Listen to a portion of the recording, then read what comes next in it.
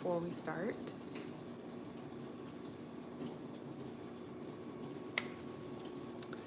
This is like so nerve-wracking for me. Share, copy link. Hold on, I'm still here.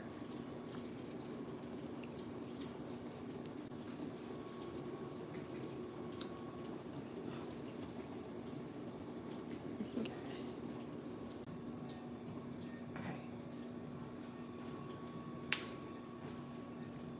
I wanted to post it to my Instagram. Give it a minute.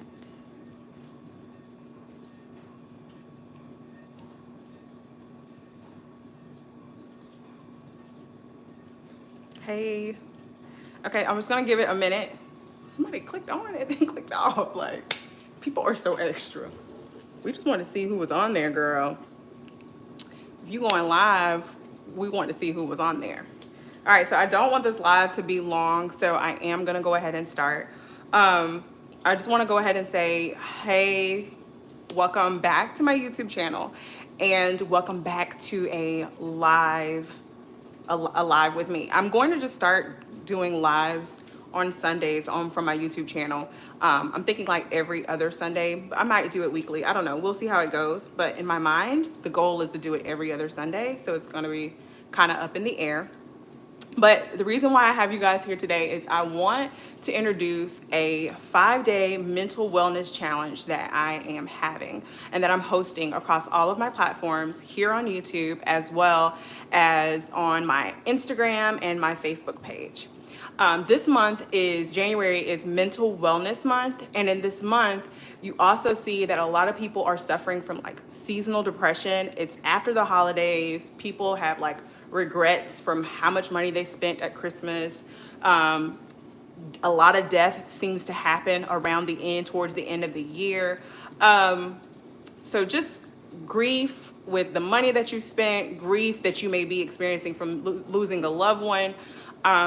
It's just a lot that goes on top of the fact that here in the US we are going through winter, so we're not getting as much sunlight, or it's getting dark a whole lot earlier. And so it is important that we do things to actually help and assist with our mental health and to improve our mental health. So I came up with this 5-day challenge. This 5-day challenge is very simple. And the point of it is to show you that little things can make a big difference. If you do small things every day, that can help increase and improve your mental health tremendously. And so I just wanted to share with you what the 5 days are. So starting tomorrow, the first day one task is to go to bed early. Originally I put go to bed for an hour early, but it doesn't matter. Go to bed 30 minutes early, go to bed an hour early. So for tomorrow, that is your task. Sleep actually improves your mood and your mental health tremendously. We do not put as much emphasis on sleep and the importance of sleep, quality sleep, I should say, as much as we need to. And so it's very important that we try. I know schedules, a lot of things are going on. It may be difficult for you to go to sleep at a reasonable hour, but we can at least try to do so that we can make sure that we are getting the adequate sleep we need. Our body is functioning at the level that it needs to. And ultimately for this week, we want our brain to function at a high level. And in order for it to do so, we need to get enough sleep for it. Day 2, on Tuesday, the task is for us to go for a walk outside.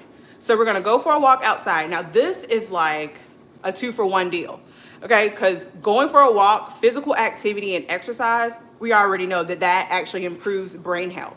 But going outside and going for a walk, coupling those two things, being in nature, being out amongst, getting fresh air in your body, that actually improves your mood and your brain capabilities. So we're definitely gonna make sure that we go for a walk outside, ideally when the temperature is up. But we want to do that so that can help increase our mood.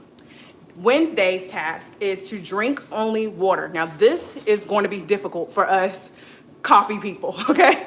Coffee people, tea people, it's going to be hard for you to abstain from caffeine, but A lot of us are dehydrated and we don't know that we're dehydrated. We're not getting adequate water. We're not getting enough water. And our brain cannot produce serotonin, which is the feel-good chemical that we need to create that chemical inside of our body. So we need that. So drinking water helps tremendously. Now, I understand that drinking water just one day isn't going to make you hydrated. You are going to have to try more. So this is like a small step to kind of get you there, but you are going to have to start more trying to drink water and consume water to maintain that you're hydrated, because dehydration is what's linked to poor mental health. So when you're dehydrated and you're not getting adequate water for your brain, that's where you start to see like a decline in your mental health.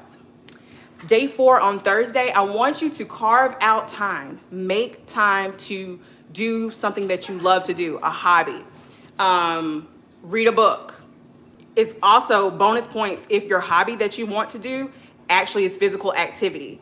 It's more bonus points if the hobby that you want to do is physical activity and it's outside. Okay, so those things, being outside, physical activity, we already know that those things improve our brain health. But do something that you love to do. It could be cooking. Maybe you enjoy cooking. Maybe you enjoy reading. Maybe you like to, I don't know, window shop. Maybe you like to watch movies. Find time to spend time doing something that you love to do. It gives our brain a boost. It improves our mood. We don't always have the time, especially as moms and parents. We don't always have the time to do things that we love to do, but try to make time on Thursday to do that.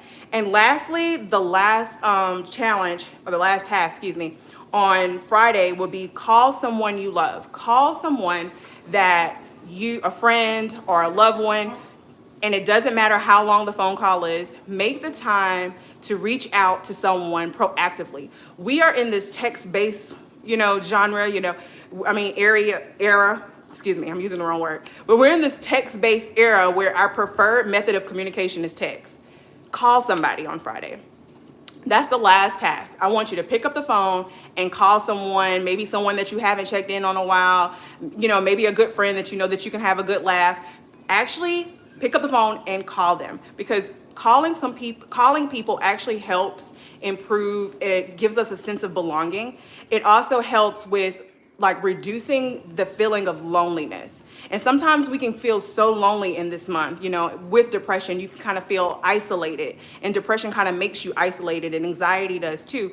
But if you take the time to reach out to someone and call someone, it does not even matter. It could be a 5-minute conversation. It could be a 10-minute conversation. It doesn't matter. I just want you to just complete the task. Friday call. So it's 5 days of mental wellness, excuse me. And I will be posting different graphics to kind of keep you up to speed so that you know what we're doing on each day. Make sure that if you're following along on IG, that you tag me in yourself completing the task. The hashtag is little things, big difference.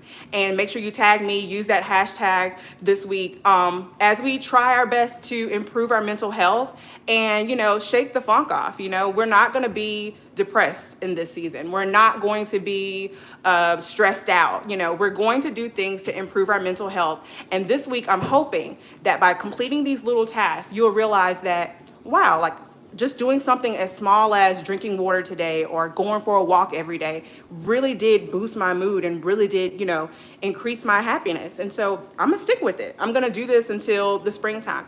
Not too many more days before the sun is setting at 7 again, guys. We're in this together, and thank you again for your time. Bye. I hope you guys join me on the challenge. Bye.